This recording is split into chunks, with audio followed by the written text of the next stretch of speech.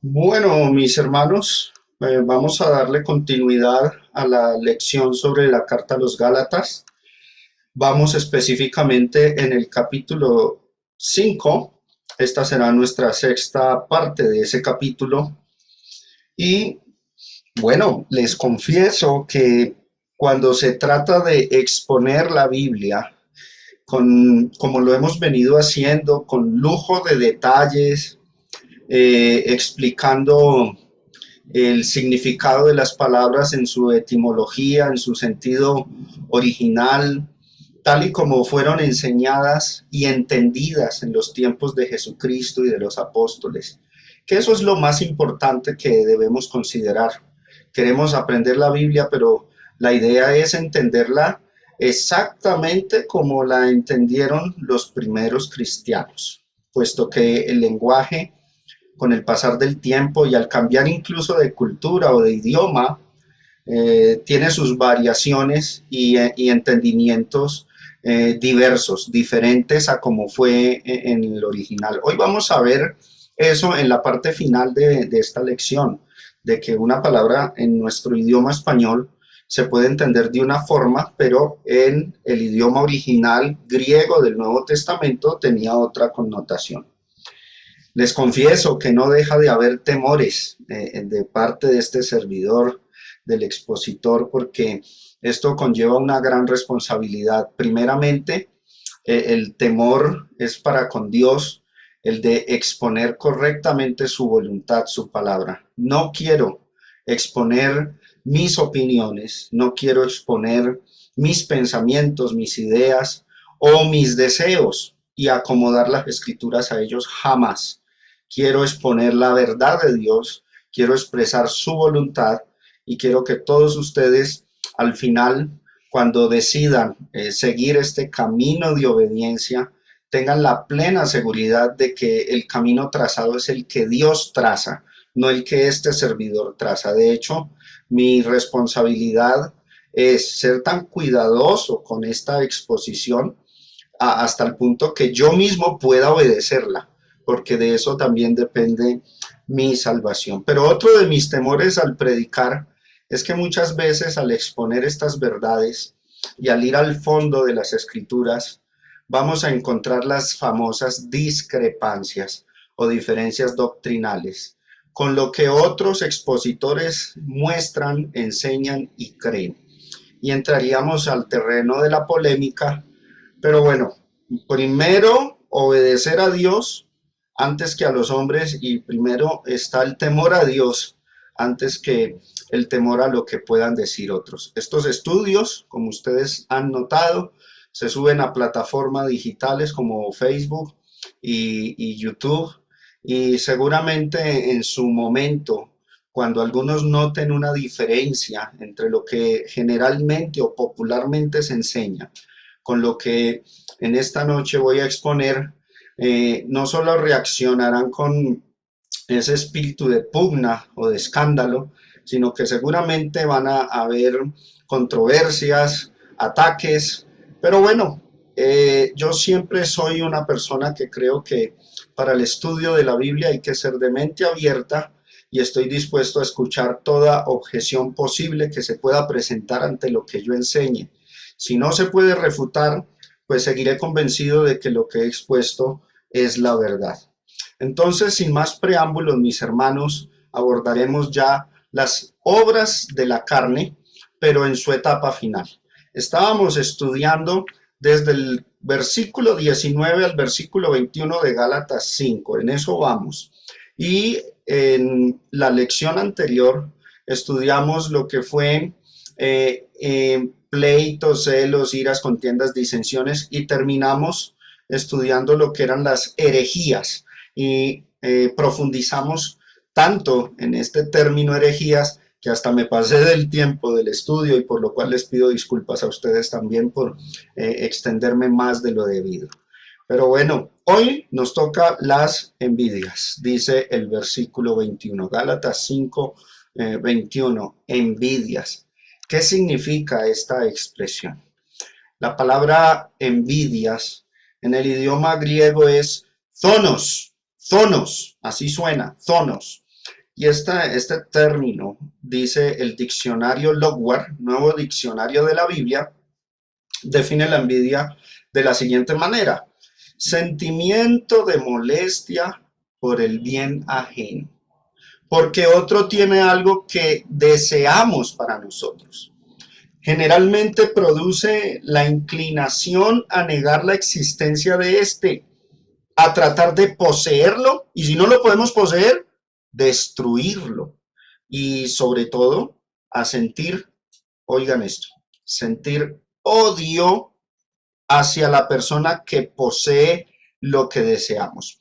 La envidia es una mezcla de la codicia cuando ésta va acompañada de odio hacia el prójimo que posee las cosas que codiciamos. Esa es la envidia, sentimiento de molestia por el bien ajeno, porque otro tiene algo que deseamos para nosotros. Generalmente produce la inclinación a negar la existencia de este, a tratar de poseerlo o destruirlo y, sobre todo, a sentir odio hacia la persona que posee lo que deseamos. Ahora observen, mis hermanos, cuando el sentimiento no produce odio hacia el prójimo, se le llama codicia. O sea, cuando esta envidia no produce odio hacia la otra persona, no se le debiera llamar tanto envidia, sino que se debe utilizar otro término que es codicia, codicia. Ahora, esta palabra codicia en el griego es otra palabra, epitumeo, esa es la palabra para codicia. Y mire lo que dice el diccionario Vine, diccionario expositivo de palabras griegas del Nuevo Testamento. Dice que epitumeo, traducido codicia a nuestro idioma español, significa desear ardientemente algo, cualquier cosa. Destaca el impulso interior más que el objeto deseado. Es la emoción, el sentir, el deseo ardiente por algo. Epitumeo. Permítanme hacer la siguiente aclaración. Así nomás, el término epitumeo, que traduce codicia o en otros lugares de la Biblia, en otros pasajes, se ha traducido como anhelo, deseo. Así sola, la palabra es neutra y no denota pecado. El pecado es cuando se vuelve envidia, pero este término solo, epitumeo, no denota pecado, aunque es arma de doble filo. ¿Se acuerdan las lecciones anteriores? Hablé acerca del celo, y el celo es una obra de la carne, pero en determinadas situaciones no es pecaminoso. Es pecaminoso en otras circunstancias, sobre todo cuando carece de conocimiento o de ciencia. Ahora, epitumeo, que traduce codicia, también puede llegar a ser o bueno, o neutro, o pecaminoso. Quiero que lo miremos. Primera de Timoteo, capítulo 3, versículo 1 dice, sobre los requisitos de los ancianos, palabra fiel: si alguno anhela obispado, buena obra desea. Esta palabra anhela en el griego es epitumeo, que se traduce en muchos lugares de la Biblia como codicia. Pero noten mis hermanos que en este pasaje no se usa de manera despectiva con la connotación de pecado.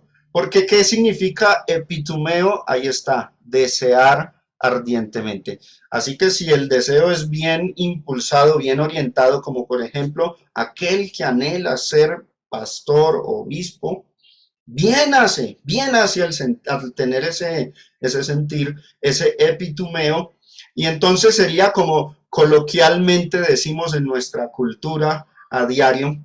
Muchos suelen decir, hay envidia de la buena, hay envidia de la mala. Bueno, tal vez llegaríamos a pensar que toda envidia es mala, pero estamos viendo que en este caso el término epitumeo, que traduce codicia, se traduce anhela en Primera de Timoteo 3:1 y no es pecaminoso. Otros pasajes donde no es pecaminoso el término, Mateo 13:17, porque de cierto os digo que muchos profetas y justos desearon ver lo que veis y no lo vieron, y oír lo que oís y no lo oyeron. Aquí el término desearon en el griego es epitumeo, en otros pasajes de la Biblia se ha traducido codicia. Por ejemplo, en Romanos 7, donde dice, no conociera el pecado si la ley no dijera, no codiciarás. Ahí la palabra codicia es la misma, es esta, epitumeo. Pero en Mateo 13, 17 se utiliza con una connotación positiva que no delinea pecado, mientras que en Romanos capítulo 7 sí se usa en el sentido de pecado pecaminoso, quebrantar la ley de Dios. Otro texto donde el término no se utiliza con una connotación de pecado. De hecho, el texto que sigue es de parte de Jesús ese deseo. Observen, Lucas 22, 15, cuando fueron a comer la Pascua y les dijo, ¿cuánto he deseado? Griego, epitumeo. ¿Cuánto he deseado comer con vosotros esta Pascua antes que padezca? ¿Quién se atreverá a decir que aquí el término es pecaminoso? Porque entonces sería como acusar a Jesús de pecado, ¿no? Pero no es cierto. Entonces es para que tengamos un entendimiento correcto sobre que ciertos términos en determinadas circunstancias es pecaminoso, en otras no. Ya vamos a ver cuándo es pecaminoso.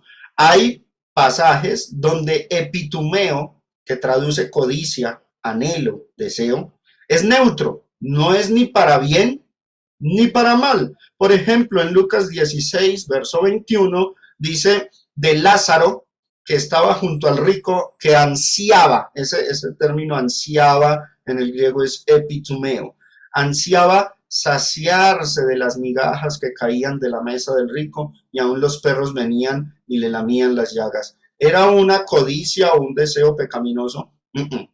De ninguna manera. Positivo, pues tampoco constituyen algo que lo denotara como santo, ¿no? Es neutro ahí. Pero hay textos donde el término codiciar es totalmente negativo y pecaminoso. Primera de Corintios 10, versículo 6. Mas estas cosas sucedieron como ejemplos para nosotros, para que no codiciemos, epitumeo, cosas malas. Como ellos, nuevamente aparece el término, codiciaron. Ahora, vuelvo y recalco.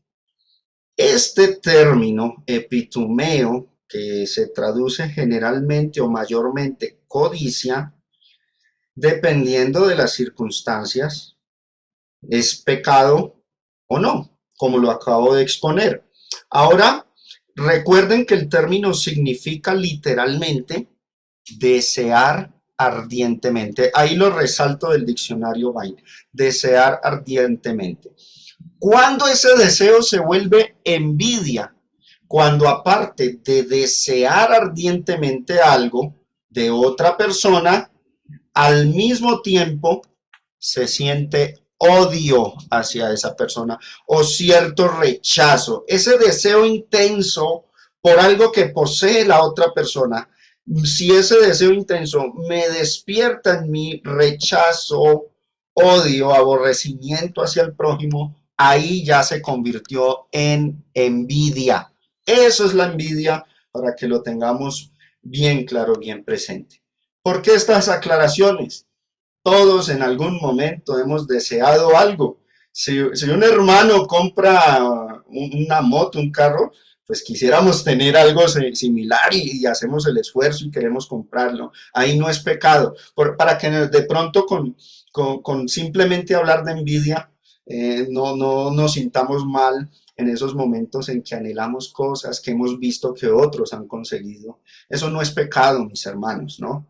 El que enseñe que es pecado exagerará bastante, irá más allá de lo que realmente significa la Biblia. Acabo de demostrar con pasajes bíblicos que en ciertas circunstancias puede ser malo, neutro o positivo. Pero, oído, cuando ese deseo ardiente, ese deseo intenso por algo, me conduce a sentir también odio hacia el prójimo, lo aborrezco, ahí ya es envidia. Y ahí se constituye en una obra de la carne que los que la practican no heredarán el reino de Dios. Lo condena la Biblia directamente, Proverbios 14:30. El corazón apacible es vida de la carne, mas la envidia es carcoma, cáncer de los huesos, en un sentido espiritual, diríamos más bien del alma, ¿no? Absorbe, destruye, pudre el alma, pudre las buenas intenciones, que anula el amor hacia el prójimo. La envidia es carcoma de los huesos. Me gustó mucho este comentario sobre el término envidia, griego zonos, el comentario de Samuel Pérez Millos, comentario exegético al texto griego del Nuevo Testamento. Mire lo que dice: la envidia es el sentimiento de disgusto producido ante la prosperidad ajena. No es anhelar lo otro, ¿no? Sino cuando hay disgusto, lo que les vengo diciendo, sentir odio. Es el sentimiento de disgusto producido ante la prosperidad ajena. Es semejante a celo, siempre entendido en sentido malo. Aquí se trata del espíritu resentido contra el que tiene o alcanza posiciones que el envidioso considera que debieran ser suyas o que las desearía para sí. El pecado corroe la intimidad de área afectiva, de manera que los envidiosos se lamentan del éxito incluso de los suyos o de los más cercanos. La envidia no discrepa o no es selectiva. Se puede sentir hasta con miembros de la familia. Eso se despiertan envidias. Es el sentimiento de disgusto producido ante la prosperidad ajena. Y sigue diciendo este erudito del idioma griego, dice: la envidia constituye un peligro potencial contra el envidiado. Miren lo que cita la Biblia diciendo: cruel es la ira e impetuoso el furor, mas ¿quién podrá sostenerse delante de la envidia? Proverbios 27:4. Este pecado ha causado grandes estragos en la obra de Dios. Al caer en manos de envidiosos, creyentes capaces y probados, muchos de los grandes maestros han sido literalmente echados fuera de sus iglesias por la acción en envidiosos que codiciaban para ellos lo que Dios había dado a sus hermanos. Y oído con lo que voy a decir, esto es muy cierto. Hoy día muchos se han constituido predicadores, pero emergieron en medio de envidias. Y eso es triste. Eso ha causado grandes estragos en la obra de Dios. A lo largo de la historia de la obra de Dios con la humanidad, esto ha causado estragos. Pablo hablaba de esto en Filipenses 1:15. Algunos a la verdad, es lo que dice ahí, predican a Cristo, ¿por qué? Por envidia y contienda, pero otros de buena voluntad. Cuando dice predican a Cristo por envidia, es porque sienten, anhelan lo que otro posee, pero no tienen, y eso les genera odio, y predican porque quieren resaltar y pretenden a través de la predicación, mostrando elocuencia, sapiencia, opacar a aquel que consideran su oponente. Eso es envidia, eso es envidia. Y de esto los que predicamos hemos notado en algunos momentos cómo se siente. Yo he sido, en algunos casos, he tenido que lidiar con situaciones donde uno, al exponer un tema bíblico, siempre hay alguien que quiere refutar, pero a veces sin refutar con fundamento, más bien como por resaltar, ¿sí? Eso es envidia. Eso es lo que la Biblia condena. Mire lo que dice el Salmo 106, verso 16. Ese fue el pecado de Coré en el desierto. Tuvieron envidia de Moisés en el campamento y contra Aarón, el santo de Jehová. ¿Qué conllevó a hacer rebelión? La rebelión de Coré. Tuvieron envidia de Moisés en el campamento. Mire lo que dice Job capítulo 5, verso 2. Es cierto que al necio lo mata la ira y al codicioso lo consume la envidia. Cuando los deseos son descontrolados, no son equilibrados, porque recuerden el término codicia, es un deseo intenso, no siempre pecaminoso, pero cuando esos deseos no se ejerce dominio propio sobre ellos, el siguiente paso es volverse en un envidioso, en llegar a sentir odio, rechazo, desprecio por aquellas personas que posean lo que anhelamos. Entonces, interesante, interesante esto. Por ejemplo, Jesús dijo en Mateo capítulo 5, el que mira a una mujer para codiciarla, ya adulteró con ella en su corazón. Ese tipo de codicia, sobre todo, es la mujer del prójimo, lo que se habla ahí. Lo que se habla en ese pasaje tiene que ver con codiciar la mujer del prójimo, porque pues hablando en términos generales y humanamente, es imposible que una pareja de novios no lleguen a sentir atracción o deseo el uno por el otro. Ahí no veo que se constituya pecado. Por eso incluso la Biblia dice que si es tal el deseo del uno hacia el otro, son novios, son libres, pues entonces cásese para que no se quemen en esa clase de deseo. Pero cuando es hacia la mujer del prójimo, ese deseo está mal orientado. ¿Cómo sabemos que Mateo 5 habla de una mujer casada, la mujer del prójimo? Porque el texto claramente dice, oíste que fue dicho, no cometerás adulterio. Y el término adulterio, ¿qué significa?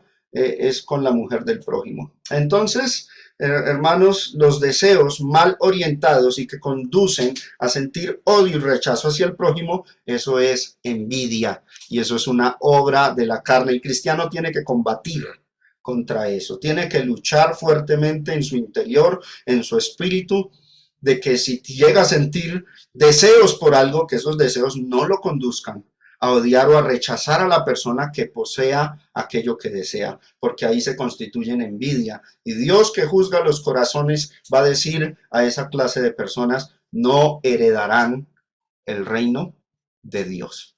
Entonces, espero que quede lo suficientemente claro lo que es la envidia.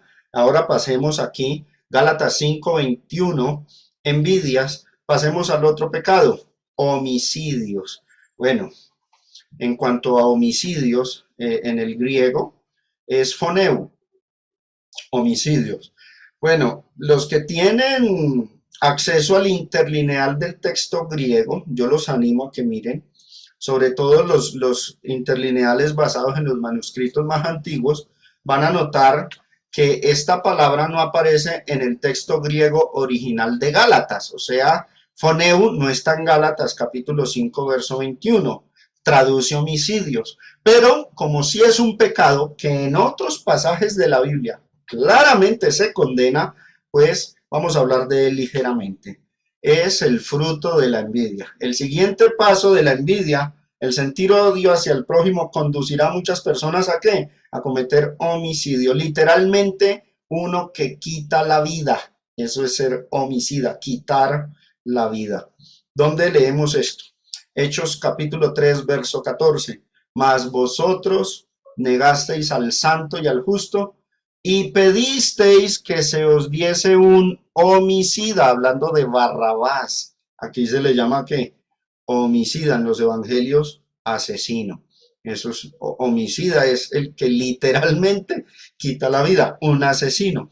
Pero también tiene un sentido espiritual, así como la avaricia, que es idolatría. La idolatría y la avaricia están ligados.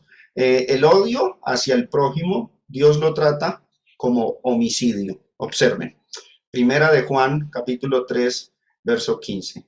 Todo aquel que aborrece a su hermano es homicida. Y sabéis que ningún homicida tiene vida eterna permanente en él. La envidia conduce al homicidio y no tiene que ser literalmente quitarle la vida a alguien. Aborrecer al prójimo, odiarlo, ya delante de Dios cuenta como qué, como homicidio. Así como otros pecados, así como la avaricia es idolatría, el odio es homicidio y ningún homicida tiene vida eterna permanente en él.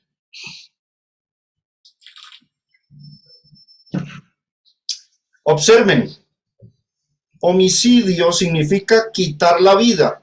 Y eso es lo que hizo Satanás cuando introdujo el pecado en el mundo. Juan 8:44. Vosotros sois de vuestro padre el diablo, y los deseos de vuestro padre queréis hacer.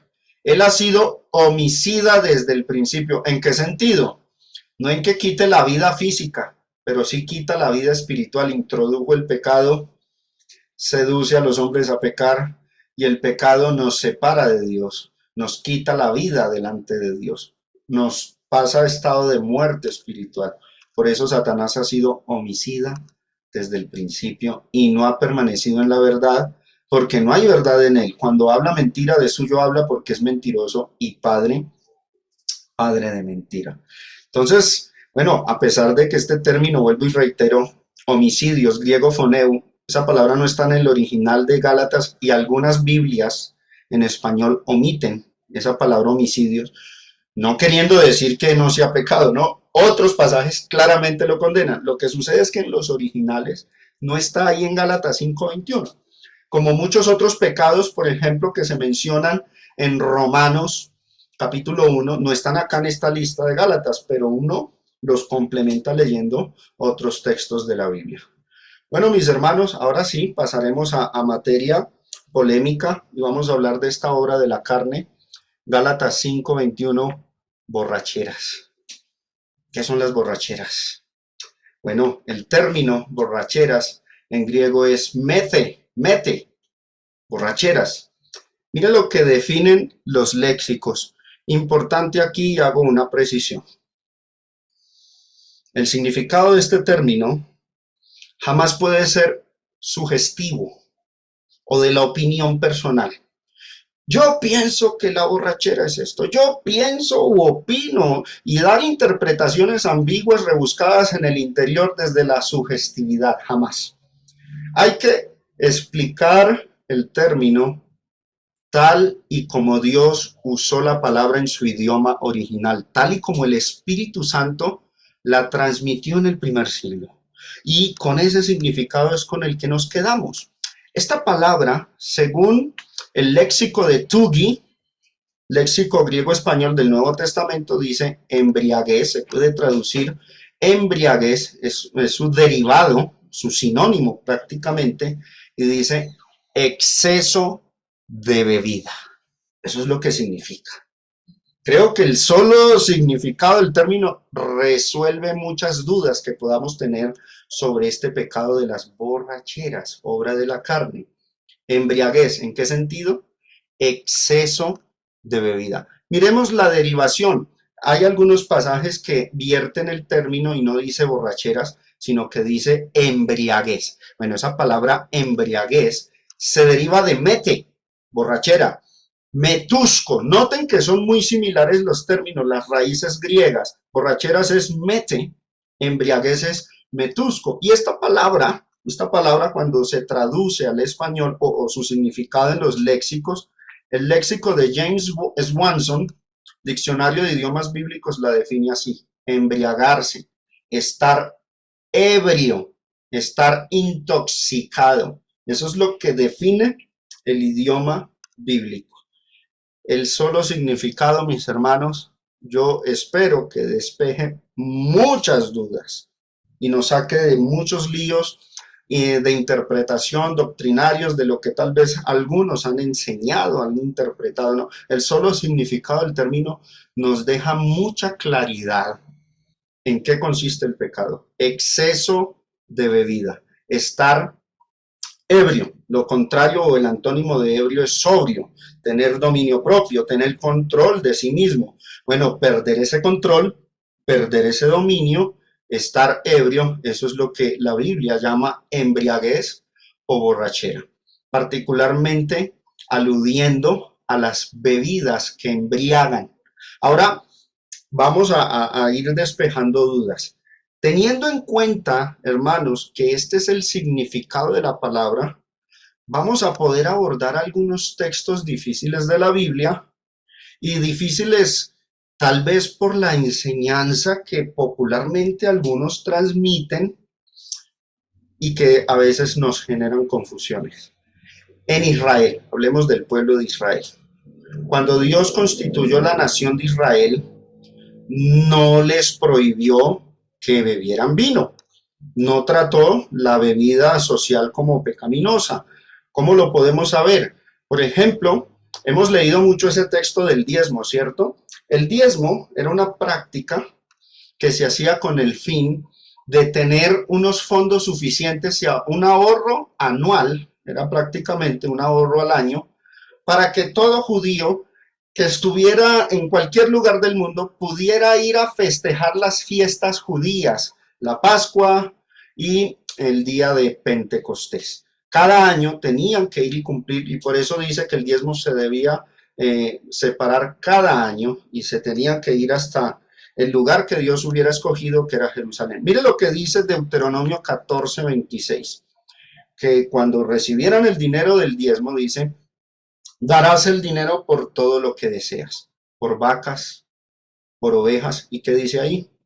Por vino, por sidra, o por cualquier cosa que tú deseares, y comerás allí delante de Jehová tu Dios, y te alegrarás tú y tu familia. Dice por vino, o sea, estaban autorizados los israelitas que cuando recogieran el diezmo y fuesen a festejar las fiestas judías, podían tomar vino.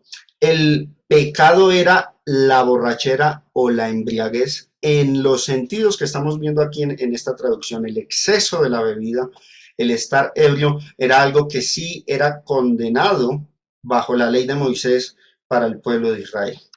Algunos sacan unos argumentos ahí de que es que el término vino significa meramente el jugo de uva, no tiene la connotación de una bebida fermentada, dicen algunos. Bueno, yo no he encontrado el diccionario eh, o la definición que así lo determine. Eso ha emergido más bien como de la subjetividad de algunos por querer tratar este asunto, pero tal vez tampoco le han prestado atención al término que aparece ahí después de vino. Dice, darás el dinero por todo lo que deseas, por vacas, por ovejas, por vino, y mire el que sigue, y por sidra. ¿Alguien se ha preguntado qué es sidra? La nueva versión internacional, otra traducción de la Biblia, vierte el texto de la siguiente manera. Con ese dinero podrás comprar lo que prefieras o más te guste.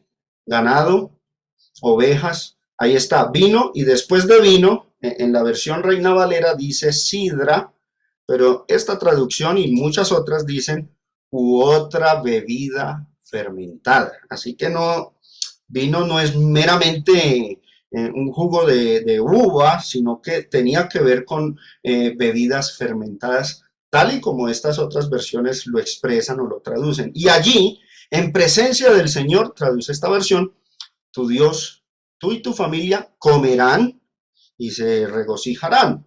Ahora, esto trajo líos al pueblo de Israel, por supuesto, ¿no? Los que bebían en exceso se emborrachaban, se embriagaban durante estas fiestas. Y ahí era donde se constituía pecaminoso el asunto. Ahí era donde delante de Dios, a la luz del Antiguo Testamento, y como podemos verlo en el marco cultural, era desagradable, era mal visto la borrachera, el estado de embriaguez.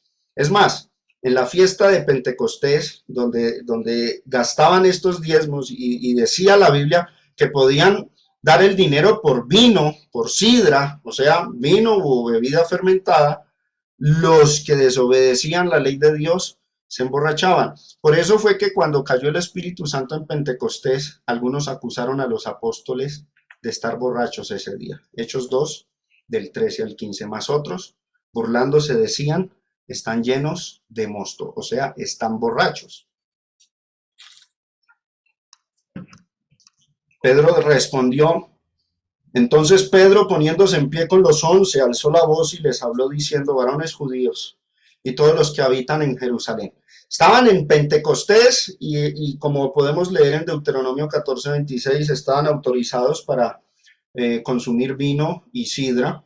Pero les dice Pedro, varones judíos y todos los que habitáis en Jerusalén, esto os sea notorio y oíd mis palabras, porque estos, los apóstoles, no están ebrios, como ustedes acusan injustamente, como ustedes suponen, puesto que es la hora tercera del día.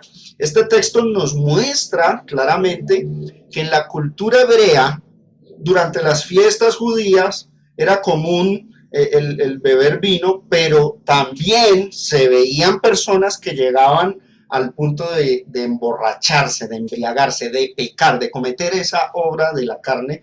Y Pedro está aclarando que él y los apóstoles en ese día no estaban en ese desorden de vida que algunos judíos acostumbraban durante estas fiestas. Estos no están ebrios. El estruendo, el ruido, lo que sucede era que el Espíritu Santo había caído sobre ellos.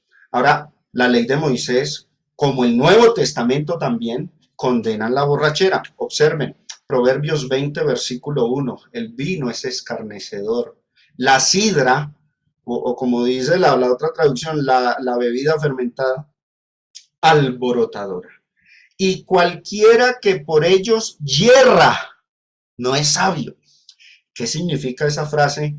Y cualquiera que por ellos yerra, significa quedar bajo los efectos del alcohol, quedar borracho. Observen nuevamente la nueva versión internacional, ese mismo pasaje, Proverbios 21, lo traduce así.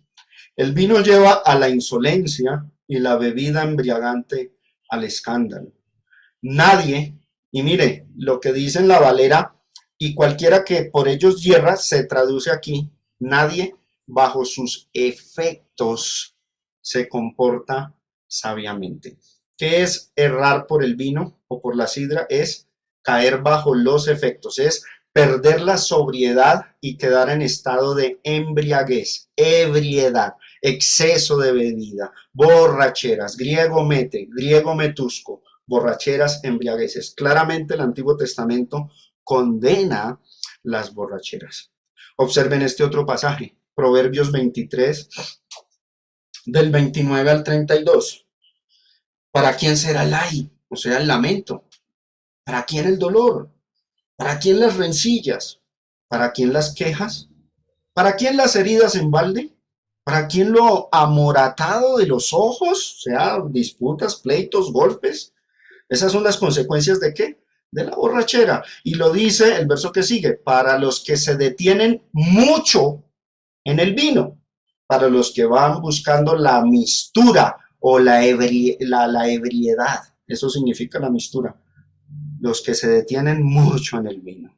Y por eso aconseja, no mires al vino cuando rojea, cuando resplandece su color en la copa. Se entra suavemente, sí, mas al fin como serpiente morderá y como áspid dará dolor. Este texto claramente condena la borrachera. Entiendo perfectamente la postura de algunos sobre la cuestión de la bebida social. Y algunos han llegado al punto de decir, rechazo lo que dicen los diccionarios, ni lo que me digan los diccionarios voy a creer. Bueno, si no es suficiente la definición de los diccionarios, pues vamos a la definición bíblica. En la Biblia, ¿cómo se define la palabra embriaguez o borrachera? Bueno, Isaías capítulo 55, 11 nos habla de ella y nos la define. Hay de los que se levantan de mañana para seguir la embriaguez. Preguntémonos, ¿borrachera o embriaguez? ¿Qué significan en este pasaje? Ahí sigue el significado. ¿Qué es la embriaguez? Que se están hasta la noche. ¿Hasta cuándo? Hasta que el vino los enciende. Es el abuso, es llegar a ese estado de perder el control, el dominio propio. Y eso es lo que la Biblia condena en Gálatas 5:21 como borracheras. Ese es el significado del término como tal y como el Espíritu Santo lo transmitió y tal como los Gálatas y los cristianos del primer siglo lo entendieron. Ahí vamos a entender muchos otros pasajes de la Biblia que abordan de pronto la temática. Por ejemplo, requisitos de los ancianos. Primera de Timoteo 3:3 dice, no dado al vino, no pendenciero, no codicioso de ganancias deshonestas, sino amable, apacible, no avaro. Creo que ese no dado al vino podemos entenderlo a la luz de los significados de estos términos. Luego, en Primera de Timoteo 3:8 se habla de los requisitos de los diáconos y mire lo que dice. Los diáconos asimismo deben ser honestos, sin doblez, no dados a mucho vino, no codiciosos de ganancias deshonestas. Esa expresión No dados a mucho vino significa no caer en el extremo de las borracheras, exceso de bebida. Miren el significado arriba, exceso de bebida. El otro léxico, estar ebrio, embriagarse, intoxicarse con el alcohol. Los diáconos no dados a mucho vino. Otra versión de la Biblia de ese texto, primera de Timoteo 3:8, Biblia latinoamericana, dice, los diáconos también han de ser respetables y de una sola palabra, moderados en el uso del vino, que no busquen dinero mal ganado. Así traducen entonces varias Biblias ese término no dados a mucho vino. Creo que hay suficiente claridad sobre lo que es la borrachera y lo que Dios aborrece. Pasemos al siguiente pecado, orgías. Les decía yo que hay palabras que en el español tienen una connotación o un uso, sobre todo en nuestra época, pero que en el idioma griego tenían otra connotación. Hoy día, a esta palabra orgías, que en el griego es komos,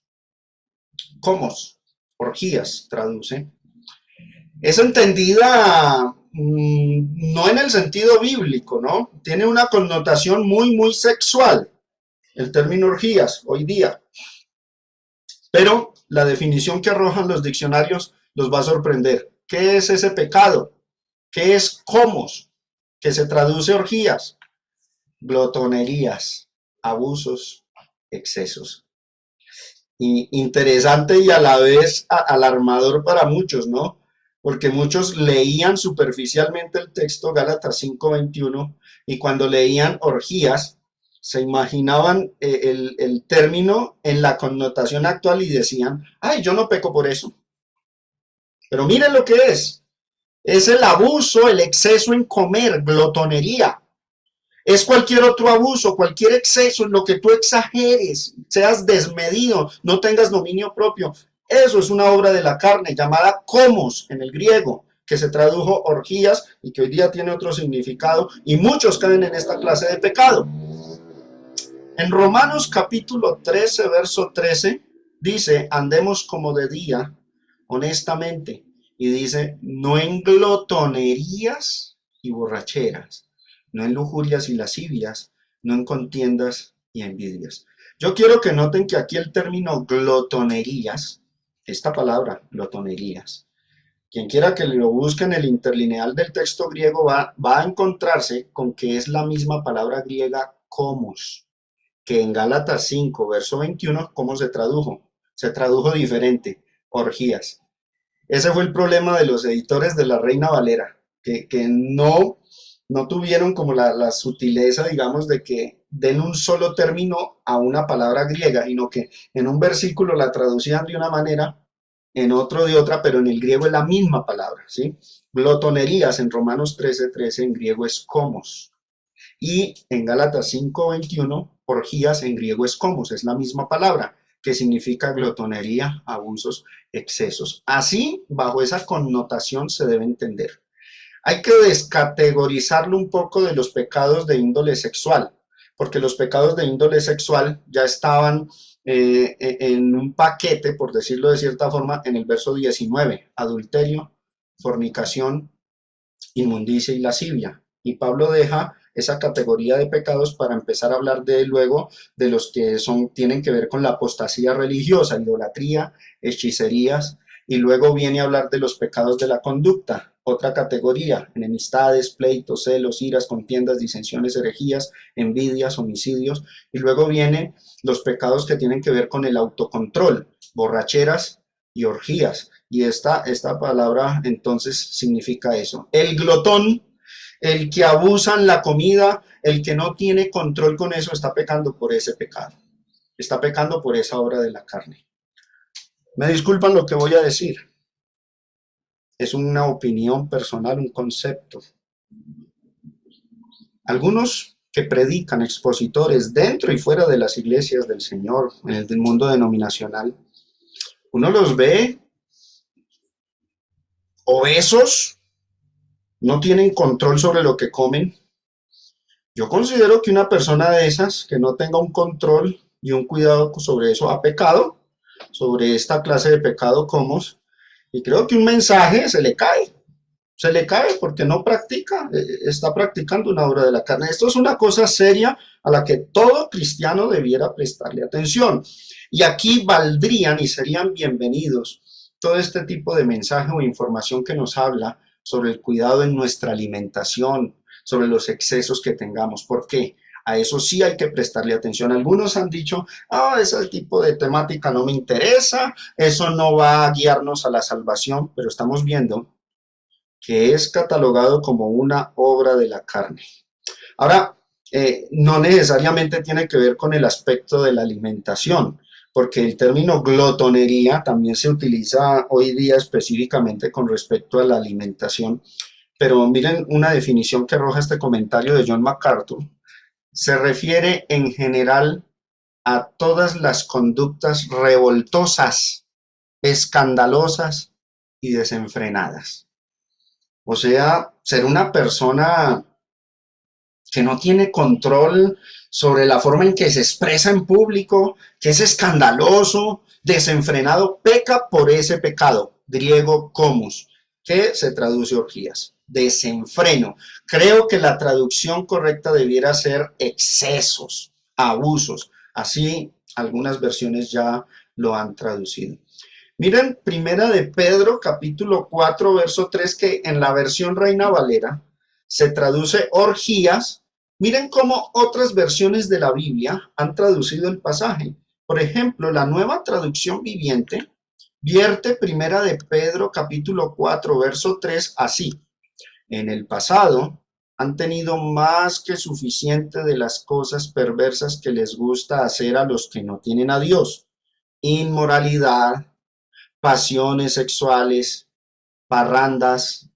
En la versión Valera dice disolución, que significa desorden, borracheras, y aquí dice fiestas desenfrenadas. En griego, ¿qué es? Comos. En Gálatas, ¿cómo se tradujo? Orgías, pero es lo mismo. Fiestas desenfrenadas. Oído, no es pecado que si un familiar, un hermano en Cristo, un hijo nuestro cumple años, hacemos una especie de fiesta, una celebración, una torta. No quiere decir que sea pecado. Aquí claramente dice fiestas, pero desenfrenadas. Miren el significado del término, abusos, excesos, donde ya se va hacia lo pecaminoso. Ese tipo de conductas en donde el ser humano no tiene autocontrol, sino que exageran todo lo que hace, tiene desenfreno y no se controla, no se frena, es ese pecado comos, o sea, los excesos, los abusos.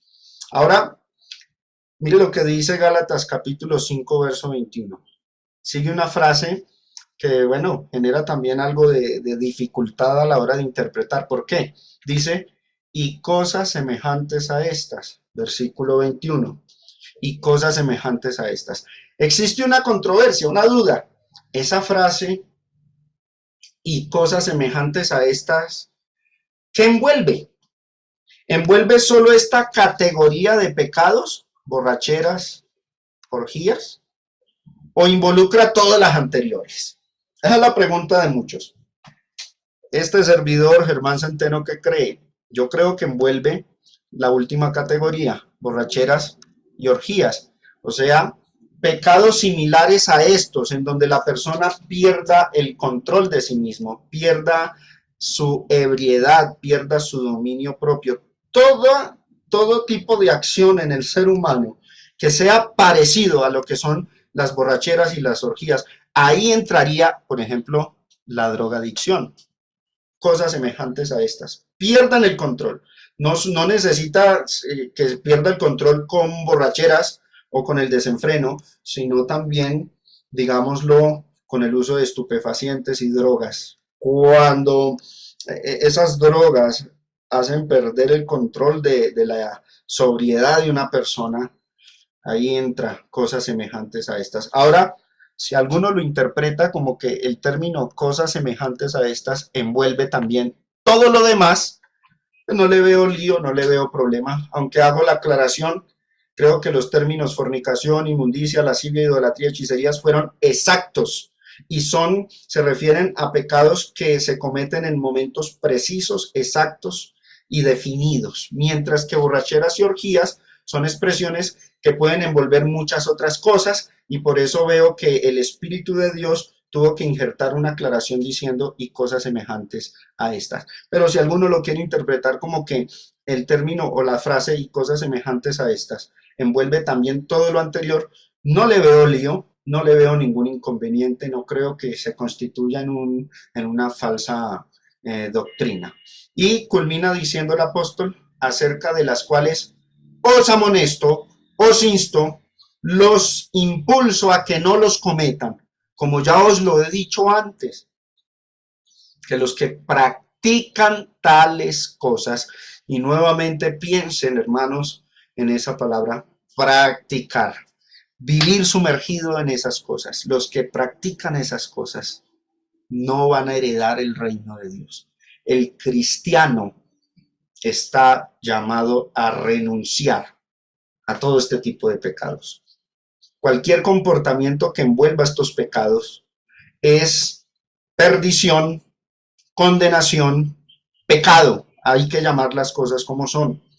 Y un cristiano que lo practique no es santo, no está apartado de las tinieblas, todavía andan tinieblas. Y nosotros estamos llamados a ser santos, a no practicar esta clase de pecados. Manifiestas son las obras de la carne que son: adulterio, fornicación, inmundicia, lascivia, idolatría, hechicerías, enemistades, pleitos, celos, iras, contiendas, disensiones, herejías, envidias, homicidios, borracheras, orgías y cosas semejantes a estas, acerca de las cuales os amonesto, como ya os lo he dicho antes, que los que practican tales cosas no heredarán el reino de Dios.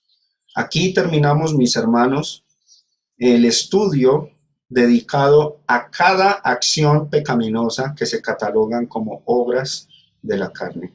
Y hasta aquí llega nuestra lección sobre el capítulo 5, esta es nuestra sexta parte. Quedan pendientes los versículos del 22 al 26, en donde abordaremos en nuestra próxima lección lo contrario, el antónimo de las obras de la carne, el fruto del Espíritu de Dios. Gracias por la atención que me prestaron y que el Señor les bendiga a todos.